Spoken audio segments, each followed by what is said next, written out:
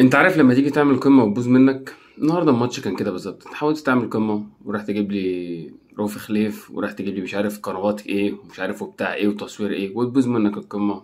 وبصراحه يعني المذيع قال كل حاجه بصراحه بس انا عايز الوم على حضرتك. انت مش جاي دوري انجليزي، انت جاي دوري عادي جدا، دوري فريق واحد بس اللي بيتخدم، دوري فريق واحد بس اللي بيتعمل له كل حاجه في الدنيا وفي العالم. فريق واحد بس اللي بياخد بطولات، مفيش دوري في العالم فرق البطولات ما بينه وبين المنافس بالرقم ده خالص. فدوري هو النادي الاهلي، يعني هو دوري بتاع النادي الاهلي، فانت جاي حضرتك تعلق على النادي الاهلي، فانت كنت استثنى لعيبه بيراميدز خالص وشجع وقول للنادي الاهلي وعيش ومجد وقول الكلام ده كله. قلت احسن حارس في افريقيا هو الشناوي. طبعا ده كذب، لان احسن حارس في افريقيا هو بتاع صن داونز مش الشناوي. وبعد كده قلت يعني كذبه تانية اللي هو الحارس بتاع صن داونز هو تاني احسن حارس، لا هو احسن حارس في افريقيا.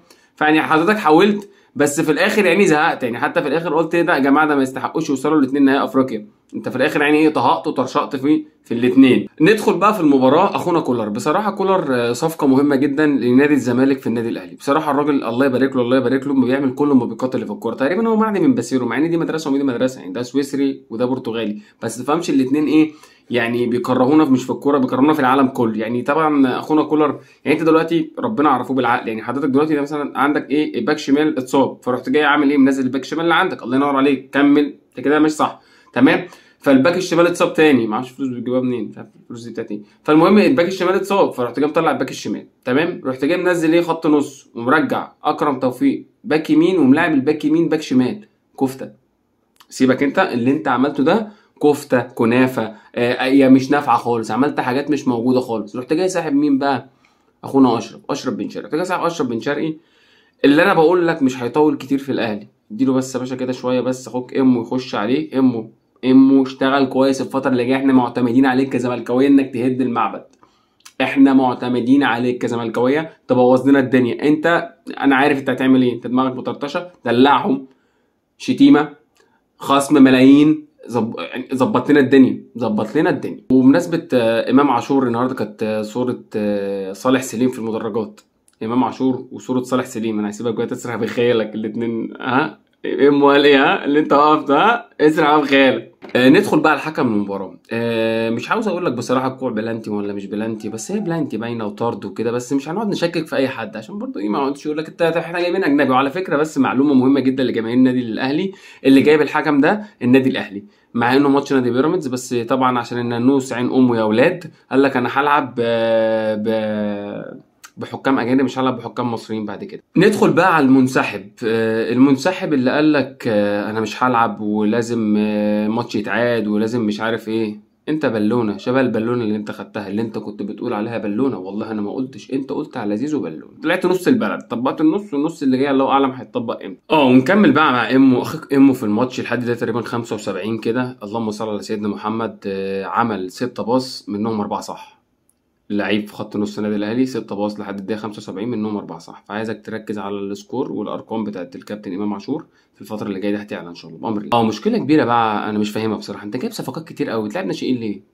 انت بتسوقهم وانت بتعرف تسوق ولا بتطلع ناشئ؟ ما تسيبك من الهجص ده. فين اللعيبه يا باشا؟ فين الملايين والمليارات وفلان وفلان وعلان؟ فين يا جماعه؟ نزل لي 2 ناشئين. انا مش فاهم في لعيب فيهم بتاع الزمالك اللي انت مضيته يا باشا. خد مضي وعيش حياتك، كلهم بتوعك. نخش بقى الاعلام دايما اللي بيدينا شويه حاجات كده مش موجوده في الحياه. هقول لك ايه اللي حصل. كابتن سيف سأل الكابتن احمد حسن، قال له ايه رايك في مدرب بيراميدز احسن ولا كولر مدرب الاهلي؟ قال له لا طبعا مدرب بيراميدز، وعمل وخلى وكان ناقص لعيبه وكده وتمام. فراح جاي كابتن سيف رد قال له لا انا ضدك تماما، انا ضدك تماما، يعني مش معاه.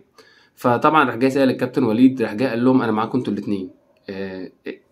انا لفتره كده جالي ايرور، انتوا ضد بعض وانا معاكم انتوا الاثنين، يعني انتوا الاثنين صح. قالها كده. فانا مش فاهم الاعلام بتاعنا رايح بينا لفين. مش عارف السكه دي، مش عارف. وبعدين مش فاهم، انا مش فاهم مين اللي بيقعد هنا ومين اللي بيقعد هنا ومين اللي بس غصب عنك بتتفرج. بس انا بصراحه والله بعد الماتش بغير على طول. نخش بقى على فريقنا الزمالك.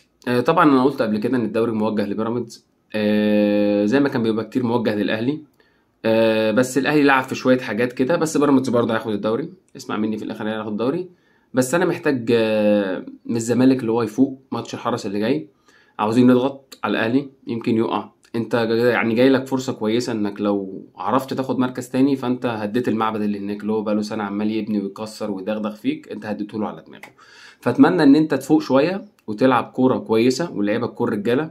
عشان نكسب، ولو 1-0 بس اهم حاجه نكسب. سيبك من المدرب ده في البليمه، انا متاكد منه لازم يمشي لازم يمشي لازم يمشي، وده قرار يعني لازم يتاخد في نهايه الموسم. وفي قرار برضه مجلس الاداره كويس اللي هو وقف اللعيب بتاعنا اللي عاوز يمضي للاهلي. جميل. اللي عاوزين بقى يعني عاوزين حزم، عاوزين كلام دايركت، اللي هيجي تمام واللي مش هيجي غرفه داهيه كده على طول. اللي هتروح تتفاوض مع النادي هتركن على طول موضوع الريد زون والسنه ونص تسيب اللعيب اللي هو يتحكم فيك. مفيش الكلام ده. اتمنى من نادي الزمالك الفتره اللي جايه دي يركز جدا في المطوشه في الدوري. انت خلاص طلعت من افريقيا فانت فقدت الدوري، فيا ريت نركز. ولو عجبك الفيديو اعمل لايك وسبسكرايب. سلام عليكم.